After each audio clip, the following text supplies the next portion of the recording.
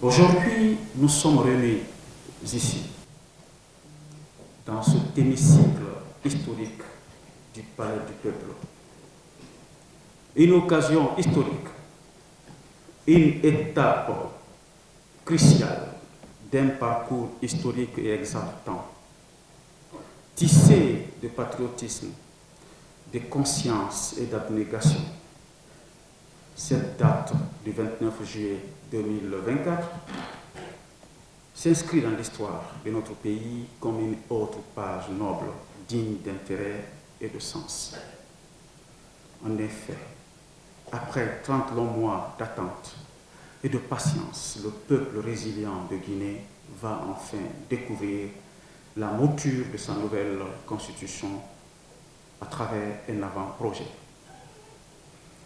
Le Conseil national de la transition se fait le grand honneur de présenter aujourd'hui l'avant-projet de la nouvelle constitution de la République de Guinée refondée. Ce texte est la nouvelle charte républicaine qui devra désormais régir notre cher pays les années à venir. Dans le souci ardent de l'inclusivité, le CNT a ouvert et entretenu tout le long du processus d'élaboration de ce document historique un dialogue ouvert et permanent avec toutes les composantes de la nation. Ce sera donc dans le même souci d'inclusivité que nous allons le soumettre à partir d'aujourd'hui, donc, aux différentes franges ou entités de notre pays.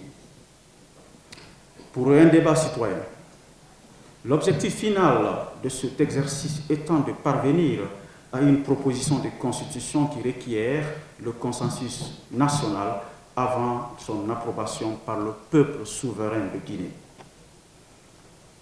C'est une autre occasion solennelle de reconnaissance envers vous, chers honorables conseillers nationaux, pour votre dévouement à la nation. Votre conviction inébranlable démontrée à l'occasion des débats riches, intenses et instructifs qui ont abouti le jeudi dernier, 25 juillet 2024, à l'adoption en plénière de cet avant-projet de constitution. C'est cette énergie positive et parfois électrique que vous dégagez qui me motive dans ce travail ô combien difficile, mais richement exaltant. Ces jours de plénière à huis clos auront été instructifs à maints égards.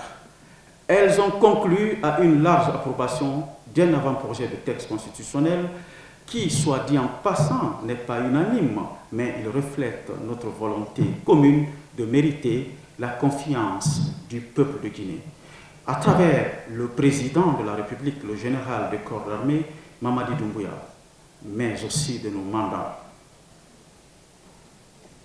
Distingués invités, mesdames et messieurs, la période de transition constitutionnelle qui a été ouverte le 5 septembre 2021 poursuit l'objectif de faire émerger un nouveau paysage institutionnel consécutif au contexte où la Constitution en vigueur au 5 septembre 2021 a été abrogée. Abrogation qui a induit la dissolution des institutions de l'État et subséquemment, pour assurer la continuité de l'État, a créé des institutions de la transition encadrées par la charte de la transition. C'est dans ce sillage que se situe le Conseil national de la transition, CNT, organe qui incarne le pouvoir législatif pendant la transition afin que des normes alternatives fassent leurs irruptions pour l'encadrement des institutions transitionnelles et dans l'objectif de reconfiguration du paysage institutionnel. L'existence de la charte de la transition suppose que l'État guinéen n'est pas dans la période de transition sous un régime constitutionnel ordinaire, mais plutôt sous régime de transition constitutionnelle. Ainsi, le CNT désigne ce que la littérature constitutionnelle appelle une institution représentative et délibérative. Fin de citation. En effet, le CNT est véritablement une institution représentative de par la diversité de sa composition et une institution délibérative au regard des règles et de son mode de fonctionnement fixé par la charte de la transition et la loi organique fixant son règlement intérieur. Distingués invités, mesdames et messieurs, après moult insinuations, supputations et préjugés, voici donc le jour tant attendu. nous nous apprêtons à mettre à la disposition du peuple de Guinée. Le travail le plus attendu de notre institution, le projet de la nouvelle constitution. Ce texte est-il une nouvelle constitution? Si oui, d'où tire-t-elle son originalité? Quelle est la pensée constitutionnelle qui la sous-tend? En répondant à ces quelques interrogations qui nous semblent fondées d'intérêt et dignes de pertinence, le cheminement logique est édifiant. Honorables conseillers nationaux, distingués invités, pourquoi une nouvelle constitution? Les raisons d'une mutation constitutionnelle sont nombreuses et se concrétisent par la recherche d'une meilleure gouvernance, d'une plus grande égalité, d'une meilleure administration de la justice, d'une alternance démocratique périodique et régulière, basée sur une transparence de plus en plus étendue des processus décisionnels et électoraux. En effet, une constitution est l'acte juridique fondateur d'un État réunissant l'ensemble des règles qui déterminent l'organisation d'un État et des grands principes qui le structurent. Tous les États du monde ont une constitution, qu'elle soit écrite ou non. Les constitutions guinéennes successives ont engendré, par leur présidentialisme renforcé à l'excès, époque après époque, de nouvelles formes d'instabilité politique et de dysfonctionnement des institutions ou organes de l'État, auxquels il faut remédier en substituant au présidentialisme hégémonique pratiqué en République de Guinée un authentique régime présidentiel répondant aux spécificités de la vie politique guinéenne, marquant un progrès par rapport à la situation antérieure et garantissant la paix civile, la juste répartition des pouvoirs et le respect des valeurs qui nous rassemblent et qui nous ressemblent. Dans ce contexte, l'objectif de la réforme constitutionnelle est à la fois d'assurer la pérennité des institutions et de revaloriser les fonctions de la représentation parlementaire tout en assurant un meilleur équilibre des pouvoirs séparés. Alors, lorsque l'ordre constitutionnel se révèle oppressant, le changement de constitution qui signifie concevoir, rédiger, adopter une nouvelle loi fondamentale devient impératif. Il est à retenir qu'avant de changer de constitution en réalité, de modifier une ou des dispositions, mais pas toutes les dispositions. Le constituant doit savoir pour quel objectif et pour quelle perspective, ou quoi faire, ou encore pourquoi il faut modifier ou amender sans porter atteinte à la permanence constitutionnelle. Également, le constituant, qu'il soit originaire ou dérivé, ne doit pas se rattacher à des modèles abstraits de constitution présidentialistes ou parlementaristes. Il doit rechercher des modèles qui expriment, encadrent et perpétuent, comme il convient, l'identité constitutionnelle du peuple souverain. Celle-ci s'entend de l'ensemble des normes et principes fondamentaux qui lient indissolublement les membres d'un État et en vertu desquels certaines règles et valeurs ne peuvent pas être modifiées. Le rôle de telles règles et valeurs fondamentales à l'égard de l'ordre juridique est bien entendu d'en légitimer le fondement et d'en structurer la continuité et la stabilité. Ce travail est le fruit d'un long processus de consultation, de dialogue et d'autocritique, de la logique et de la pensée constitutionnelle guinéenne, de l'indépendance à nos jours. Dans une démarche inclusive, participative et décomplexée, le CNT a parcouru plusieurs étapes dont je me fais le devoir de rappeler quelques-unes. 1. Des consultations populaires dans les 33 préfectures et les communes de Conakry, des voyages d'études au Rwanda, au Bénin, au Ghana, en Côte d'Ivoire, j'en passe, le symposium sur le constitutionnalisme qui a mobilisé une dizaine d'experts africains et une centaine d'experts guinéens. 4. Le débat d'orientation constitutionnelle, dialogue entre le constituant et toutes les parties prenantes des forces vives de la nation. 5. La mise en ligne d'une plateforme de consultation virtuelle des Guinéens de l'extérieur. 6. L'élaboration des lignes directrices consolidées à partir du rapport des débats précités. 7. La mise en place de la commission ad hoc constitutionnelle. 8. L'élaboration d'un draft 0 à partir des lignes directrices validées par la conférence des présidents. 9. L'examen du draft 0 par les 8 commissions permanentes du CNT avant projet convenu après discussion en commission. 10. L'examen de l'avant-projet par les constitutionnalistes nationaux et des professeurs de droit issus des universités guinéennes. 11.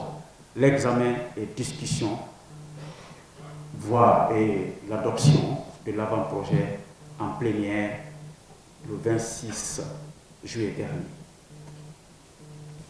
Aujourd'hui, c'est la présentation officielle de ce qu'est l'avant-projet convenu par la plénière, présenté au peuple de Guinée à travers ses différentes composantes et en présence des hautes autorités du Comité national du Rassemblement pour le développement. Après cette plénière d'aujourd'hui, d'autres étapes importantes suivront, dont le dialogue thématique avec les acteurs de la vie nationale, partis politiques, société civile, syndicats, religieux, anciens premiers ministres, académiciens, organisations socio-professionnelles, secteur privé, etc. 20 familles d'acteurs seront identifiées et qui rentreront en dialogue direct avec le CNT sur le projet, l'avant-projet qui vous sera présenté. La vulgarisation du texte par tous les canaux de communication et la transmission du document au président de la République pour avis. Adoption, si deuxième lecture requise, avis de la Cour suprême, publication au journal officiel de la République, soumission du projet au peuple par référendum. D'où la Constitution tire-t-elle son originalité? Certainement de l'audace dans l'innovation. En effet, par la capacité de nos collègues de la commission ad hoc et constitutionnelle à repousser les limites, à prendre des risques calculés et à exploiter de nouvelles pensées constitutionnelles avec courage et détermination. Cette approche proactive est essentielle pour transformer les institutions, résoudre des problèmes politiques complexes et rectifier les processus politiques moribonds. L'audace en l'innovation est traduite autrement par la collaboration interdisciplinaire en osant sortir des sentiers battus, mais aussi en créant des solutions totalement nouvelles qui répondent aux besoins futurs de la société démocratique dont nous rêvons. Revoir la pensée constitutionnelle guinéenne implique d'examiner l'évolution de ces constitutions, les principes fondamentaux qui les sous-tendent, ainsi que les contextes historiques et politiques ayant influencé leur développement. C'est le lieu de poser le bicéphalisme du pouvoir exécutif proportionnellement mis en relief avec un bicaméralisme parlementaire. L'originalité consiste à sortir du pouvoir hégémonique induit insidieusement par un présidentialisme renforcé et taillé sur mesure et la suprématie constitutionnelle de l'exécutif au détriment des autres pouvoirs régaliens. C'est pourquoi nous avons opté pour un encadrement des pouvoirs et attributions du président au sein du pouvoir exécutif, mais aussi de ses relations avec le pouvoir législatif et judiciaire. Elle consiste par ailleurs à renforcer l'indépendance du pouvoir judiciaire, des cours et tribunaux et des magistrats. C'est ainsi que nous avons revu la composition du Conseil suprême de la magistrature et limité l'influence du ministre de la Justice en son sein. Elle consiste enfin à réorganiser l'espace partisan et en instaurant la candidature indépendante aux élections nationales à l'exception de la proportionnelle. Ce choix voulu par la majorité de nos concitoyens les place au centre de la vie politique tout en rabotant l'hyper-hégémonie des partis et des mouvements partisans.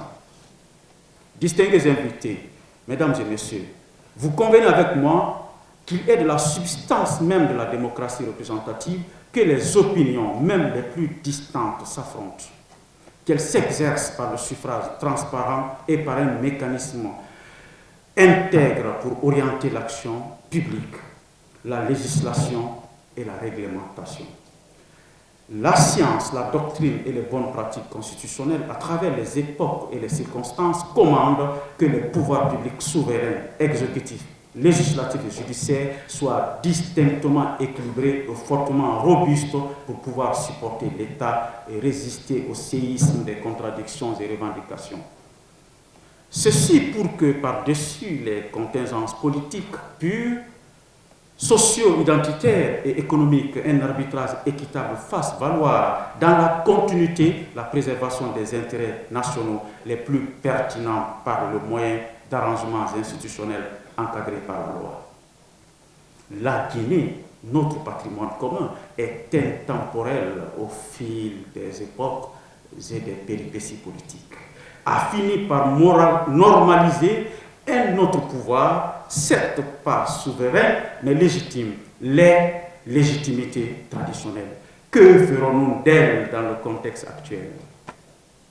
C'est une évidence du point de vue doctrinaire que le vote des lois et le contrôle de l'action publique soient exercés par une assemblée représentative des intérêts politiques et issus du suffrage universel. Cependant, des expériences de plusieurs pays et époques convergent sur la nécessité d'une navette institutionnelle entre une chambre représentative du peuple et une constituée d'une manière différente, mais fortement au parfum des intérêts territoriaux et des aspirations locales. C'est pourquoi cet équilibre entre les intérêts nationaux incarnés par la Chambre des députés et celle des collectivités locales nous a orientés vers un bicaméralisme guinéen. Pour penser dans la complémentarité le sentiment de culpabilisation à outrance des partis par la société guinéenne. Si l'espace partisan est connoté à tort ou à raison par l'ethnie, la région, la religion et la culture, assumons-le avec audace et trouvons des mécanismes d'encadrement pour éviter le sentiment de désamour politique. Si nous continuons à nous rejeter les responsabilités, ce sentiment est susceptible de tuer notre démocratie à petit feu. Enrichi par l'histoire politique et des dysfonctionnements institutionnels des 30 dernières années, les régions, les collectivités locales et les intellectuels les plus représentatifs font leur entrée au Parlement par la porte appropriée pour représenter les intérêts nationaux issus de l'addition des intérêts locaux de l'ensemble des collectivités, mais aussi des aspirations les plus profondes d'une certaine envergure et par les notabilités et personnes ressources. Distingués invités, c'est l'occasion pour moi donc de le dire du haut de cette tribune que la Guinée va amorcer un tournant décisif de son histoire à travers un bicaméralisme parlementaire avec une navette imparfaite qui répond aux spécificités de la Guinée. Bien méritée, cette chambre dont les contours sont dessinés par la nécessaire obligation de trouver des solutions guinéennes à l'épineuse question de l'ethnicité qui pourtant aurait dû être un atout si elle n'avait été impunément galvaudée par le comportement déloyal d'une certaine élite envers la nation. Cette nation guinéenne, à quadripartition géopolitique très sensible, mérite d'être intégrée dans les fondamentaux juridiques et institutionnels comme gage d'une stabilité sociopolitique et économique durable. Une première, il faut aller lentement pour ne pas que l'impasse politique gangrène en blocage institutionnel. Une navette imparfaite entre les deux chambres pour éviter les longues paralysies de l'État. Fortement sollicité lors des différentes consultations populaires, l'instauration de la candidature indépendante ou citoyenne à toutes les élections de la base au sommet et son encadrement par un système de parrainage des électeurs ou des élus est une manière d'oxygéner la vie politique nationale. Ensemble, par nécessité d'efficacité et d'efficience, nous avons procédé à une rectification de nombreuses institutions, sans pour autant dénaturer leur rôle dans l'authenticité démocratique universelle. Certaines ont été requalifiées sans dénaturer leur essence démocratique. La Commission nationale pour le développement a été pensée comme une recette pour soigner l'éternelle problématique de la mise en cohérence de l'action économique aux réalités régionales, surtout la nécessaire distribution des richesses nationales afin qu'elles profitent à toutes les couches de la population dans un esprit d'équité intergénérationnelle. Cette institution technico-stratégique de l'État au secours des pouvoirs législatifs et exécutifs sera constituée de hauts cadres les plus méritants et surtout qui ont fait leurs preuves dans la super technostructure de l'État et du monde académique, du secteur privé national et de la société civile. Des profils comme ancien ministre du Plan, des anciens ministres des Finances, des anciens premiers ministres, recteurs d'universités, chercheurs, etc., qui ont accompli des actes méritoires et ont pu garder leur intégrité, trouveront des points de chute pour qu'aucun Guinéen ne soit dédaigné à cause de sa neutralité ou de sa rectitude professionnelle ou sociale. Le fondamental concept de la gouvernance a aussi fait l'objet d'une exégèse attentionnée afin de l'aligner sur les réalités sociétales de la Guinée. Les dimensions santé et éducation sont redéfinies, redimensionnées, hiérarchisées et mises en emphase avec les priorités de l'État dans les politiques publiques.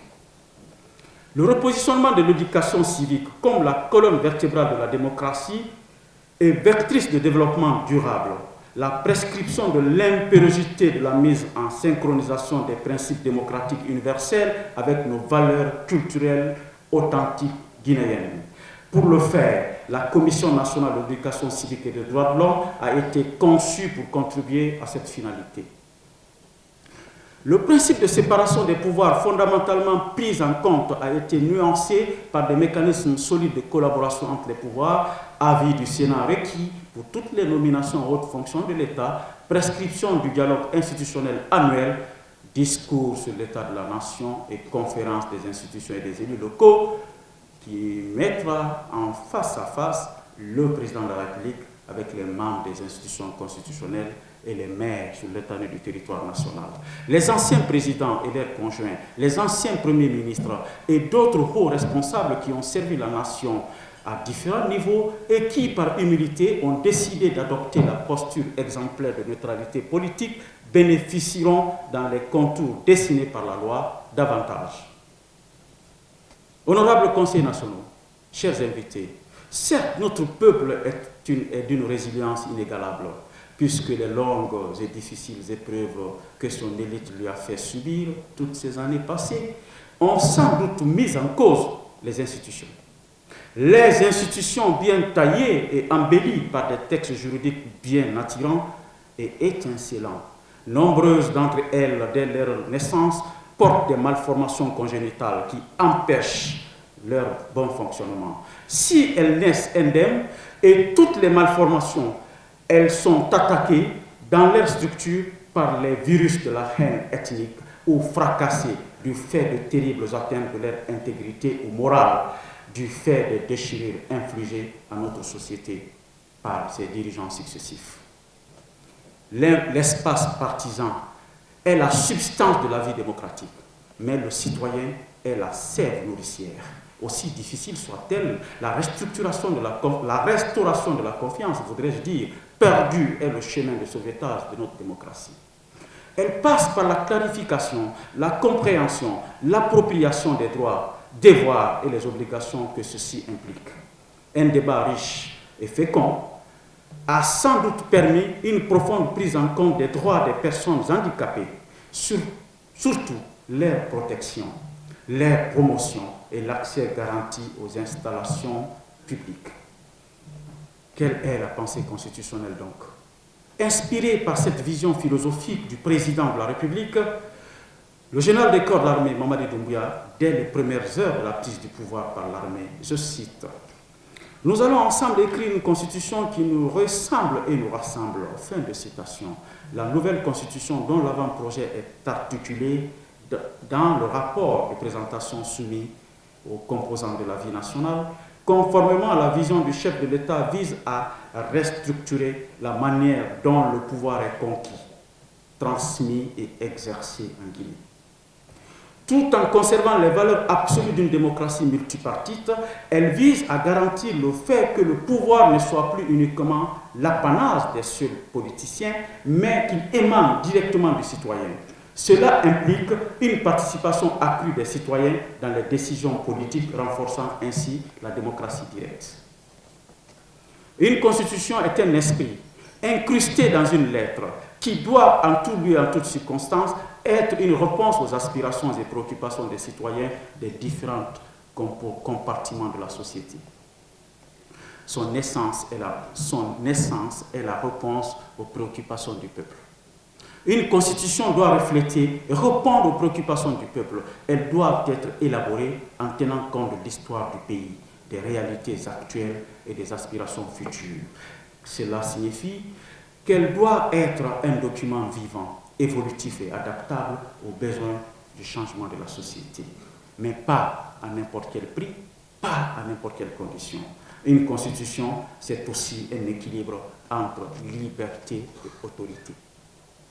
Une constitution doit trouver le juste milieu entre garantir les libertés individuelles et maintenir l'autorité nécessaire pour assurer l'ordre et la stabilité.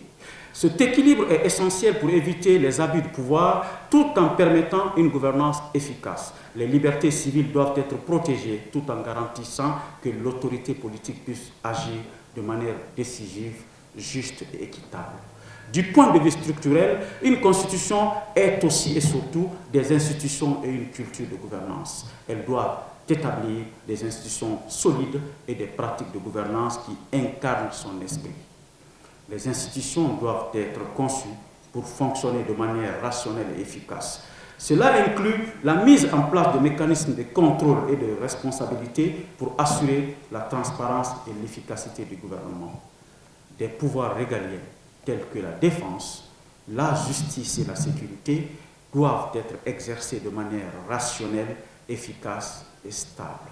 La Constitution doit garantir que ces pouvoirs soient exercés de manière responsable pour éviter les dérives autoritaires qui ont historiquement déstabilisé l'État et menacé la cohésion sociale. Distingués invités, le projet constitutionnel en perspective dont l'avant-projet vous sera présenté par le rapporteur de la Commission constitutionnelle du CNT est une garantie de liberté et un équilibre de l'autorité, tel que promu par le président de la République. Elle repose sur la nécessité de garantir cet équilibre. Il doit fixer les limites et les contours d'une nation où ces deux valeurs sont en parfait équilibre, assurant ainsi une gouvernance juste et équitable. Il doit aussi mettre en cohérence la rationalité et la responsabilité dans la conduite des affaires publiques. Une autre dimension vitale est la vulgarisation et la participation citoyenne. Pour que cet avant-projet constitutionnel soit accepté et adopté par le peuple souverain de Guinée, il est essentiel de le vulgariser et de le soumettre à une analyse critique approfondie par les citoyens et les experts, après bien sûr l'élimination des contraintes d'accessibilité linguistique et culturelle. La participation citoyenne est cruciale pour assurer que la Constitution reflète véritablement les aspirations du peuple. Cela implique des consultations publiques, des débats ouverts et une éducation civique pour sensibiliser la population aux enjeux constitutionnels. Le peuple reste et demeure tout le temps le gardien véritable de sa Constitution, à condition qu'il soit impliqué sans restriction à la conception de la pensée, de l'esprit et de la lettre. Mais surtout, le peuple doit être engagé à la défense et à la protection de l'ordre constitutionnel. Il doit, sans entrave aucune, disposer des écosystèmes régulés par la Constitution elle-même. La Constitution nouvelle consiste, tout en gardant tous les avantages d'une démocratie représentative, elle cherche à garantir que le pouvoir ne soit plus la merci des dirigeants, mais que le pouvoir demeure la propriété intemporelle du peuple de Guinée. C'est le sens de la consécration du droit de pétition comme modalité d'expression démocratique directe des citoyens pour rectifier les abus et excès de ceux qui sont nantis d'exercer la souveraineté nationale par substitution légitime du peuple.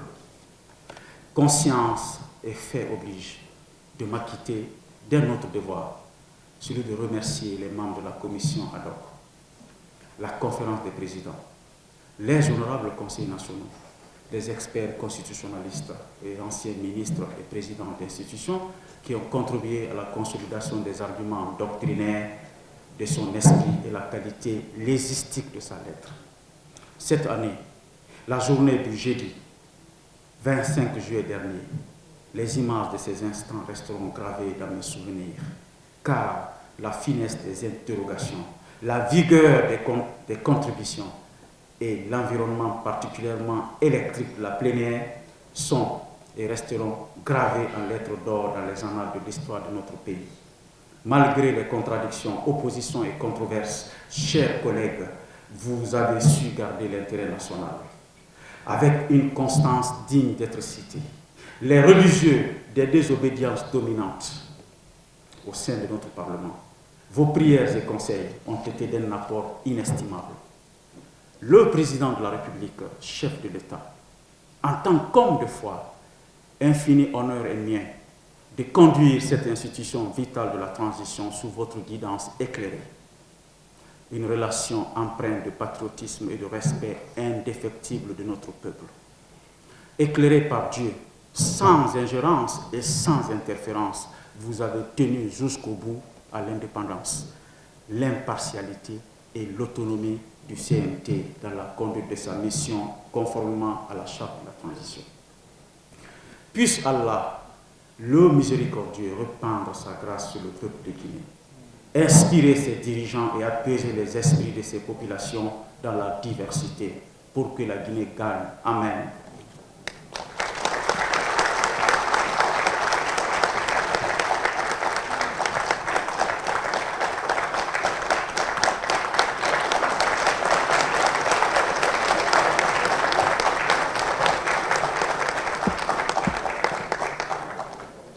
Merci.